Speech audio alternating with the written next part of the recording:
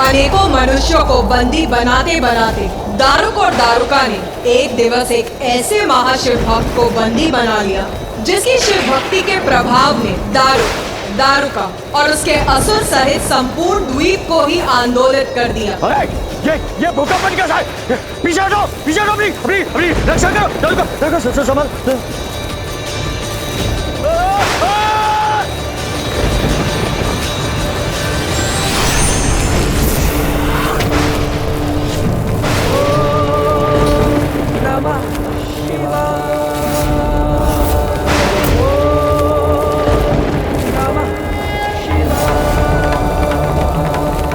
महादेव,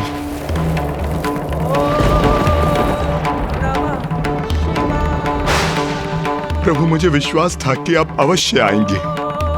पुत्र सुप्रिय, मैं अपने भक्तों के लिए सदा प्रस्तुत होता हूं। मैं तुम्हारी प्रार्थना व्यर्थ नहीं होने दूंगा। वाह वाह, क्या भक्ति है शिव भक्त की। भक्त ने भगवान का आह्वान किया, ओम नमः शिवाय, ओम नमः शिवाय। भगवान प्रकट भी हो गए।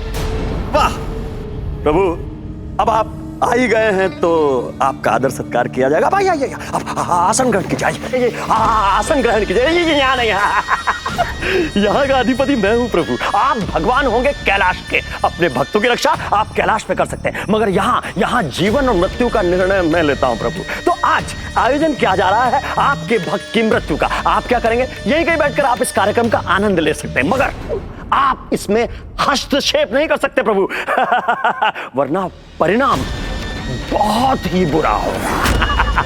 अरे तुम खड़े खड़े मुंह क्या देख रहे हो? प्रवचन सुन रहे हो क्या? महादेव कुछ नहीं करेंगे। मेरी पत्नी को मां आदिशक्ति का वरदान है और हम सब असुर मेरी पत्नी दारुका के वरदान से रक्षित हैं। कुछ नहीं होगा, मारो।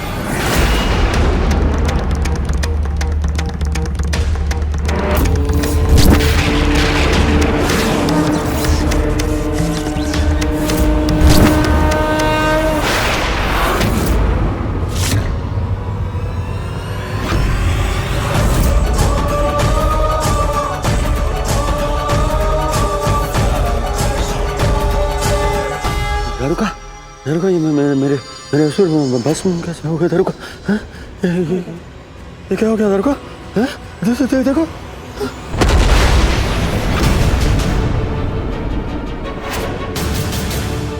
ओम नमः शिवाय, ओम नमः शिवाय।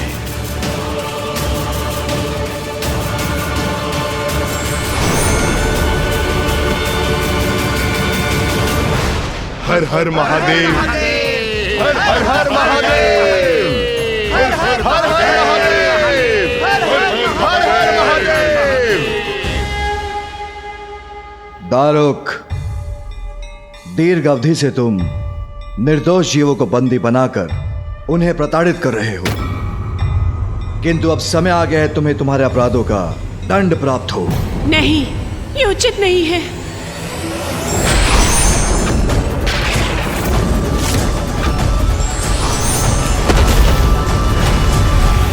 इस प्रकार तो महादेव हम सभी असुरों का वध कर देंगे। अब तुम्हारी बारी है दारुक। जब तक तुम जीवित रहोगे, निर्दोष निर्बल असहाय लोगों को कष्ट ही दोगे, जो अब मैं और होने नहीं दूंगा। इसलिए अब तुम्हारा अंत ही उचित है। मेरा अंत होगा शिव के द्वारा, महादेव के द्वारा? कैसे संभव है? मैं कैसे करूंगा अपनी रक्षा? नहीं, ये नहीं हो सकता। ये कदापि नहीं होने दूंगी मैं।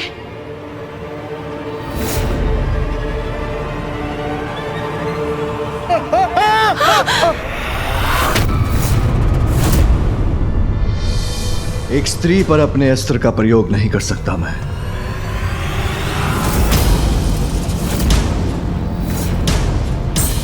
महादेव मुझे देखकर दुविधा में पड़ गए। मेरी युक्ति सफल हो गई।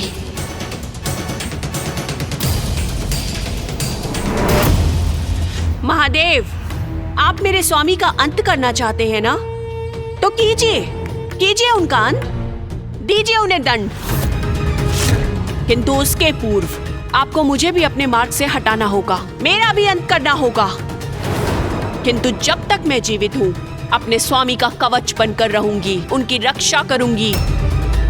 दारुका, तुम अपने पति की रक्षा के लिए वहां स्थित रहोगी, तो भी मैं तुम्हारे पति का वध करूंगा और तुम पर कोई आश तक नहीं आने दूंगा।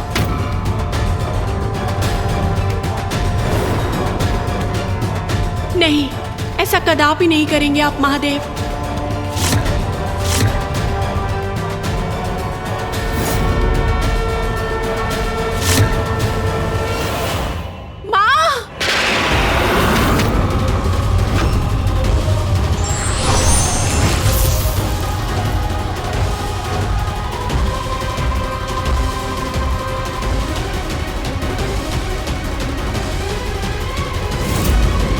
मेरे यहाँ स्थित रहने पर भी आप आगे बढ़ सकते हैं, किंतु अपनी पत्नी देवी आदिशक्ति के वचन और उनके कवच को भेद कर कैसे आगे बढ़ेंगे आप? देवी आदिशक्ति सही समय पे आ गई, सुरक्षित है।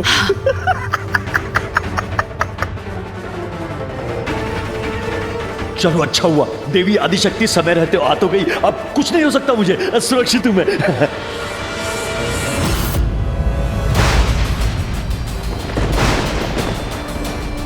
माँ और पिताश्री दोनों एक दूसरे के समक्ष आ गए।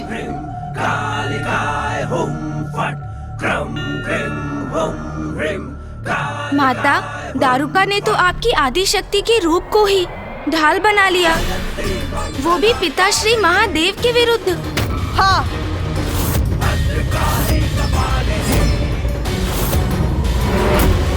मैं अत्यंत दुखी थी उस दिवस। मेरी ही शक्ति मेरे ही स्वामी महादेव को रोकने में बाधा बन रही थी, अति हो रही थी ये। किंतु मैं भक्त को दिए गए वरदान के कारण विवश हो रही थी।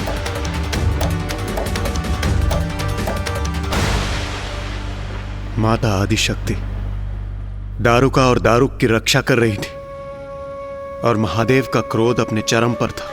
अत्यंत भयंकर और विकट स्थिति थी वो।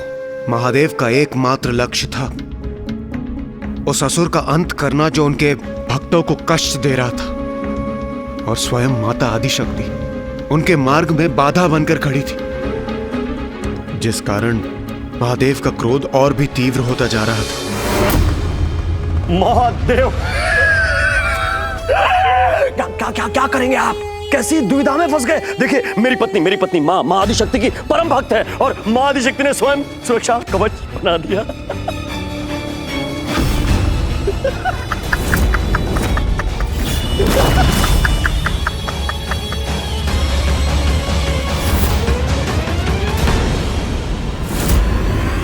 नहीं स्वामी,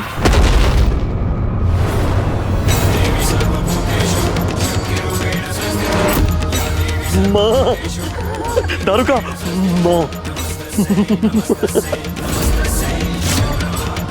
अपना अस्त्र मत चलाइए, अन्यथा अनर्थ हो जाएगा।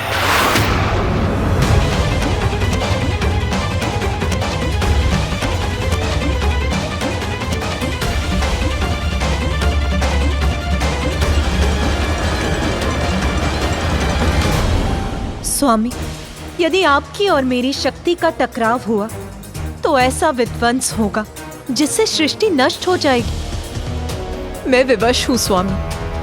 संतान की रक्षा तो मुझे करनी ही होगी, फिर भले ही वो संतान भटकी हुई क्यों ना।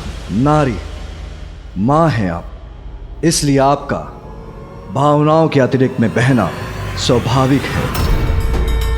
किंतु तनिक विचार कीजिए, क्या ये उचित है आपके वरदान का आश्रय लेकर ये दोनों परजीवों के समान जीवन जिए, सभी को कष्ट पहुंचाएं, सभी को आहत करके उन्हें अपना आहार बनाएं, जो अन्य सभी को असुरक्षित कर उनकी रक्षा करने में आपको पीड़ा नहीं होती?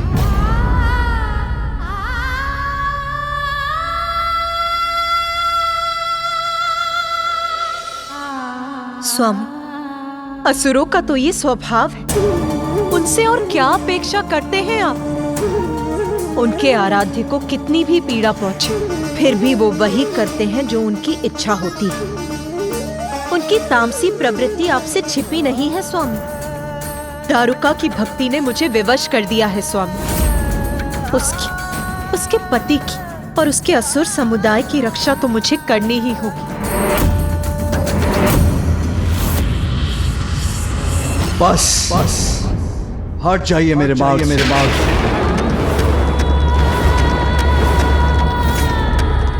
नहीं, कदापि नहीं स्वामी। मैंने कहा ना आपसे, हट जाइए। मैं ऐसा नहीं कर सकती स्वामी।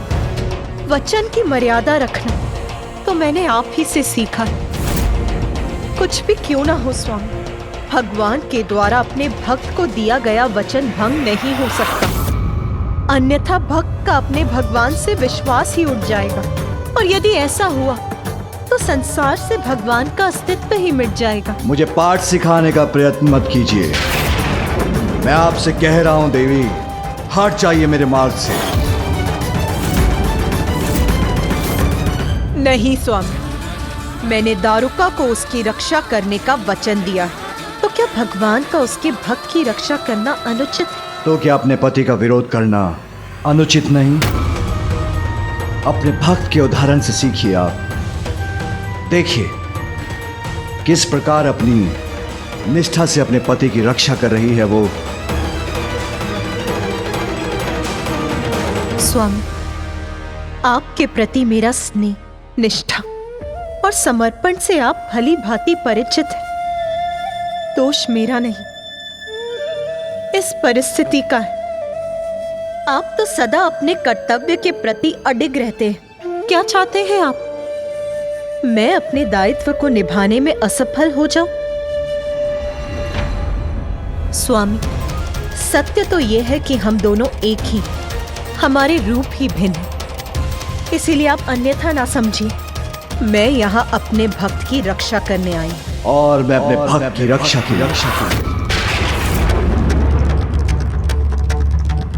किंतु यदि मैंने इस असुर को जीवित छोड़ा तो ये पुनः दुराचार में लिप्त होगा।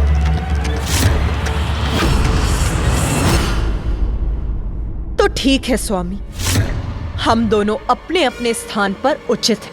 आप अपना धर्म निभाइए और मैं अपने दिए हुए वचन को निभाती हूँ।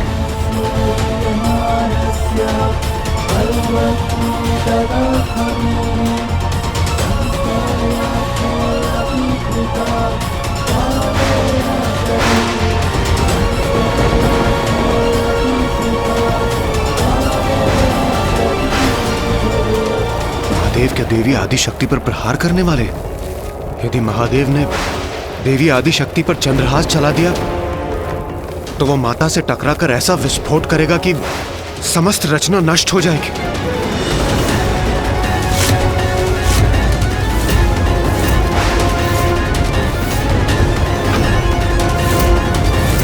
माता और महादेव के मध्य का ये टकराव सृष्टि के लिए संकट उत्पन्न कर रहा है। इस स्थिति में हम हस्तक्षेप करें भी तो कैसे? महादेव और माता ही शांत होकर इस संकट को दूर कर सकते हैं।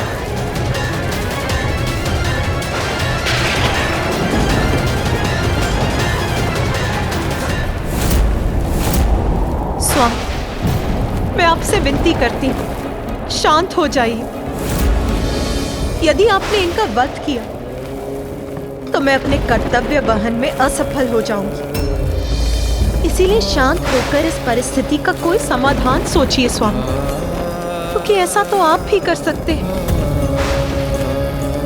क्योंकि देवाधिदेव महादेव हैं आप, और उससे भी अधिक मेरे स्वामी हैं आप।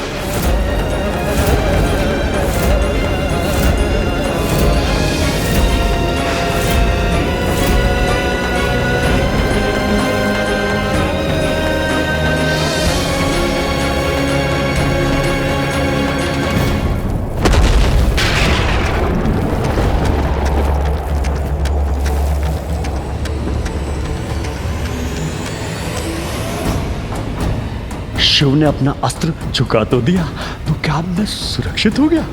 अच्छा। तो माता शांत हो गए थे ना पिताश्री? उन्होंने समस्या का कोई समाधान भी तो ढूंढ लिया होगा, है ना माता?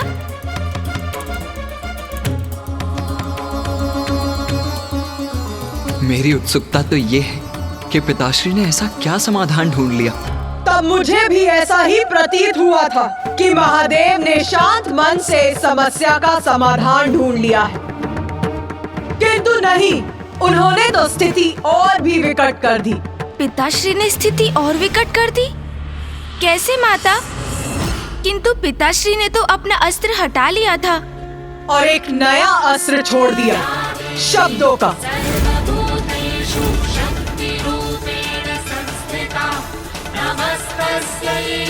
शब्दों से अधिक घातक कोई अन्य अस्त्र नहीं होता।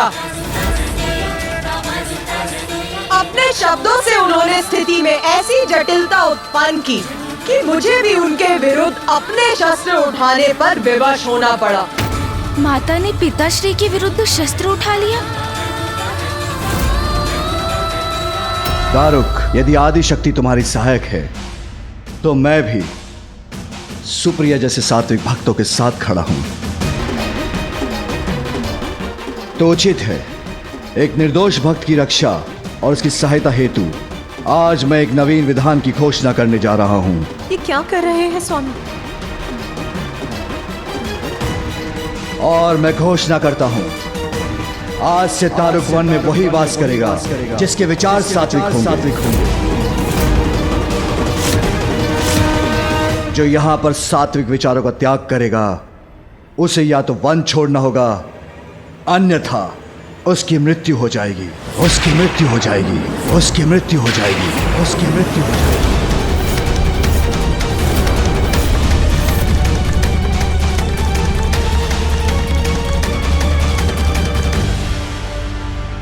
नहीं, ये उचित नहीं है।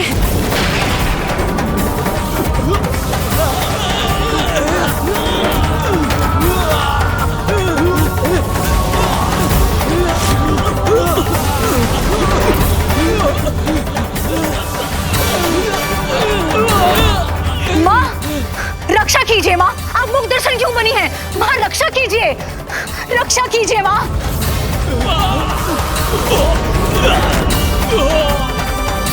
अपनी शक्ति दिखाइए, रक्षा कीजिए माँ।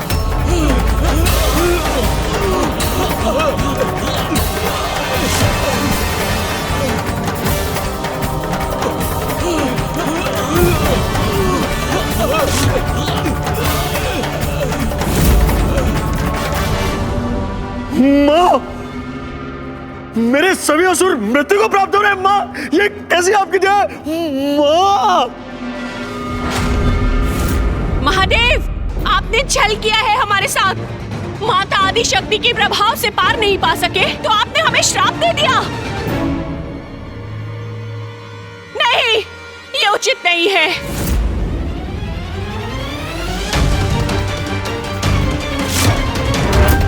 माँ, रक्षा कीजिए माँ, आपने वचन दिया था माँ। मुझे अपने वरदान की मर्यादा का मान रखने के लिए कुछ करना ही होगा। स्वामी, स्वामी,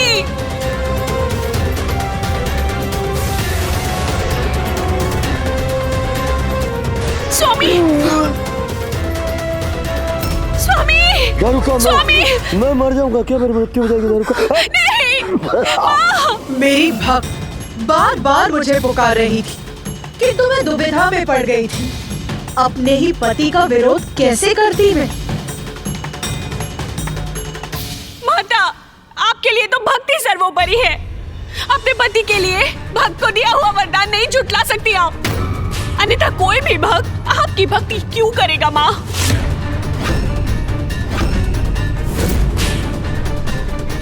माता, मेरी गुहार सुनिए माता, हमारी रक्षा कीजिए माता।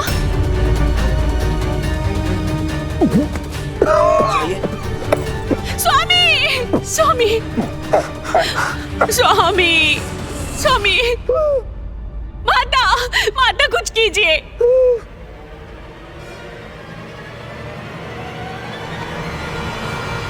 महादेव,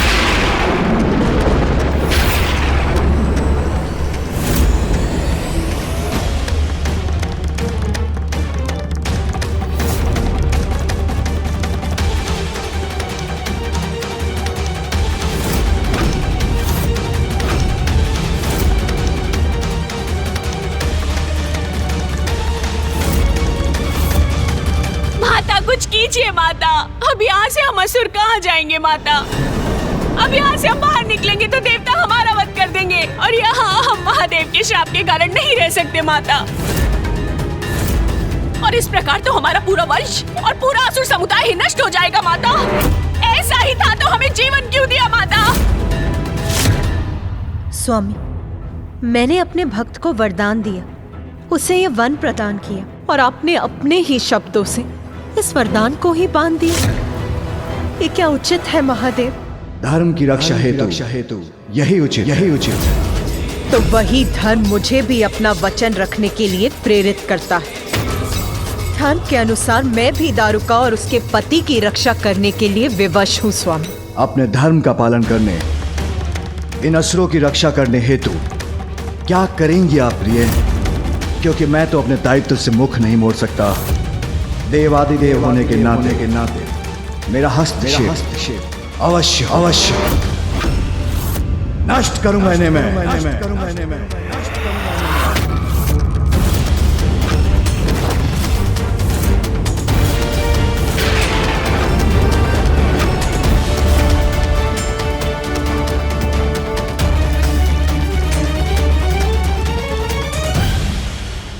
मैं ये वचन देती हूँ दारुका, तुम्हारा वंश और असुर समुदाय सृष्टि के अंत तक यहाँ सुरक्षित रहेंगे।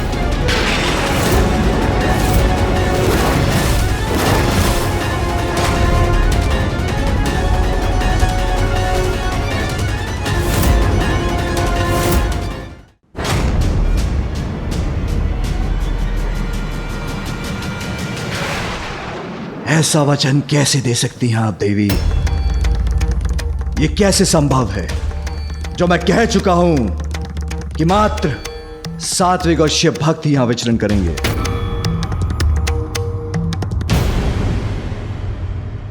और मेरा वरदान नाथ, मैंने दारुका और उसके असुर समुदाय को यहाँ सुरक्षित रहने का वरदान दिया है और आपका वरदान मेरे वरदान में बाधक बन रहा है।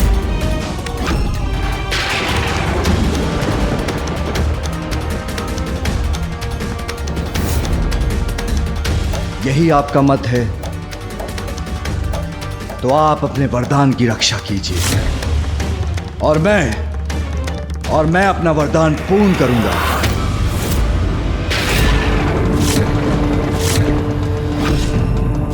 स्वामी, तो क्या आपकी इच्छा है कि मेरा और आपका टकराव? नहीं, मैं मात्र अपने वरदान की रक्षा करना चाहता हूं, जिसके लिए मुझे कोई भी संघर्ष स्वीकार है।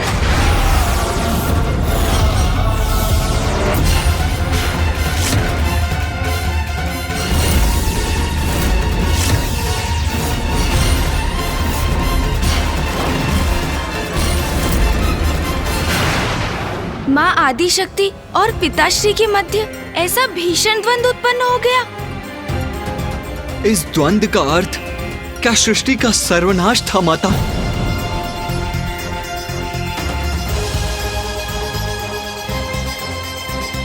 ये तो मेरी समझ के परे है माता। अभी तो सृष्टि का आरंभ ही हुआ था और आपने अपने भक्त की रक्षा के लिए जो किया कि उसके लिए इतना बड़ा मूल्य चुकाना, संपूर्ण रचना को संकट में डालना, ये उचित था माता। माता, आपके और पिताश्री के मध्य ये द्वंद्व ब्रह्मांड की दो सर्वोच्च शक्तियों के विनाशकारी टकराव का अर्थ तो सृष्टि का सर्वनाश है। सृष्टि ना रहे तो आपके भक्त कहाँ रहेंगे माता?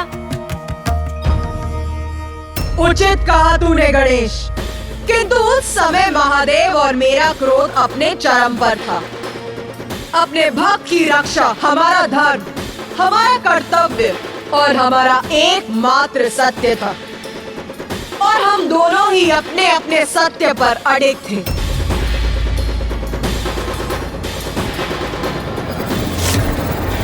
क्या हुआ देवी? जब आपने निर्णय ले ही लिया, आपका भक्त मुझसे ज्यादा महत्व रखता है, जिसके लिए आप मुझसे युद्ध करने के लिए तत्पर हैं, तो अब इतना विचार क्यों? मुझ पे प्रहार कीजिए।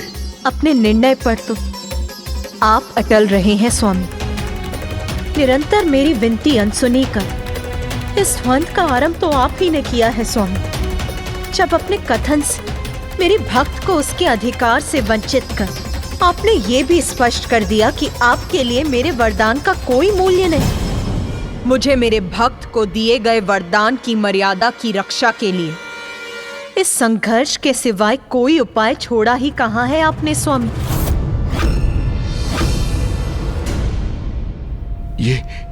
ये क्या हो रहा है? महादेव और मां आदिशक्ति का वाक युद्ध तो अब वास्तविक युद्ध में परिवर्तित होने जा रहा है और इस अनर्थकारी युद्ध के कारण हम हैं। ये क्या हो गया हमसे? कष्ट में भी आनंदित हो गया हूं मैं ये दृश्य देखकर। वाह, मेरी पत्नी और मेरा इतना प्रभाव है देवी आदिशक्ति पर कि हमारे कारण वो महादेव से युद्ध करने के लिए प्रस्तुत हो गई। महादेव, मां आदिशक्ति, आप ये क्या करने जा रहे हैं? स्वयं को संयत कीजिए, शांत हो जाइए, शांत हो जाइए। आपके मध्य युद्ध हुआ तो सर्वनाश होगा, सृष्टि नष्ट हो जाएगी। आप जगत जननी है माता और आप जगत पिता है महादेव, इसलिए सृष्टि की रक्षा के लिए कृपया शांत हो जाइए। शांत हो जाइए प्रभु, शांत हो जाइए माता, शांत हो जाइए।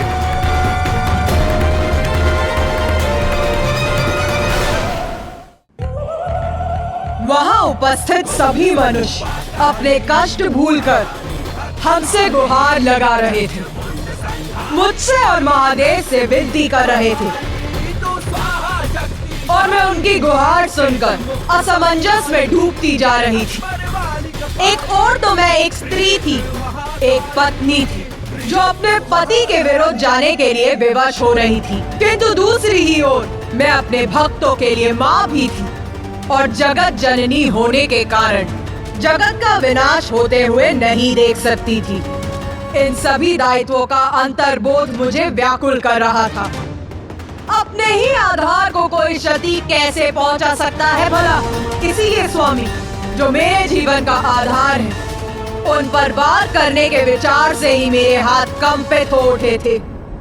किंतु माँ के जीवन का सबसे बड़ा आधार तो उनकी संतान ही होती। अपनी संतानों की सुरक्षा के विचार में मेरी निश्चय को दृढ़ता और मेरे हाथों को स्थिरता दी। मैं असमंजस में थी, क्रोधित थी, द्रवित भी थी।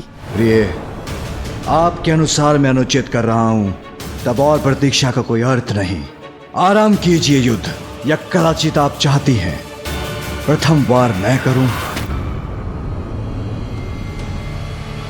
स्वामी, आप ही कीजिए प्रथम वार, द्वितीय वार और अंतिम बार, और क्यों ना समस्त प्रहार आप ही कीजिए स्वामी। मैं ही करूं वार, अर्थात आप मेरे स्वामी हैं नाथ, इसीलिए मेरे हाथ आप पर वार करने, आपको क्षति पहुंचाने कदापि नहीं उठ सकते। ये क्या कह रही है माता? वो वार नहीं करेंगी तो युद्ध ही नहीं होगा, महादेव की इच्छा पूर्ण होगी, हमारा अंत हो जाएगा। किंतु माँ, अगर आप वार नहीं करेंगी तो?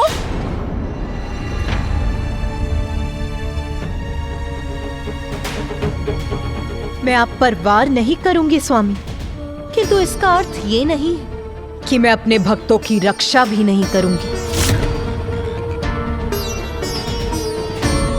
मैं उनके समक्ष उनका कवच बनकर रहूंगी। यदि आप उन तक पहुंचना चाहते हैं तो आप मुझे भेद कर, मुझे नष्ट कर उन तक पहुंचेंगे। अब ये कैसी युक्ति है आपकी? युक्ति नहीं स्वामी, ये प्रेम है एक स्त्री का अपने प्राणनाथ के प्रति। इतनी कोमल हृदय मत बनिए, जो निर्णय लिया है उस पर स्थिर रहें। मैं तो अपने स्थान पर स्थिर हूं स्वामी, किंतु मुझ पर वार करने का संकोच तो आपको हो रहा है नाथ। इसीलिए कोमलता का प्रभाव तो आप दर्शा रहे हैं। प्रिय, मुझे उत्तेजित मत कीजिए, अन्यथा मेरे हाथ से एक बार मेरा त्रिशूल चल गया तो उसका परिणाम ज्ञात है आपको। आपके त्रिशूल का प्रहार तो सहर्ष स्वीकार करूंगी मैं स्वामी। ये तो मेरा परम सौभाग्य है नाथ। देवी, इसके पूर्व की बहुत विलंब हो जाए, मैं अपना नियंत्रण खो बैठूं। हट जाइए मेरे मार्ग से।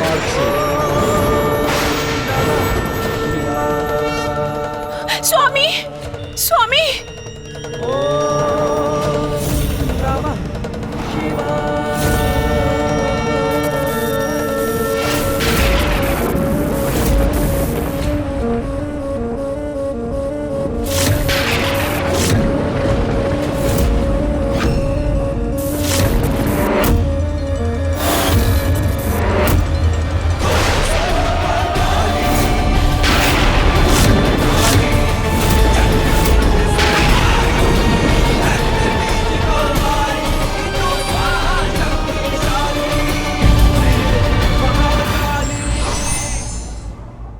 वचन की रक्षा स्वयं के निजी स्वार्थ से भी सर्वोपरि है।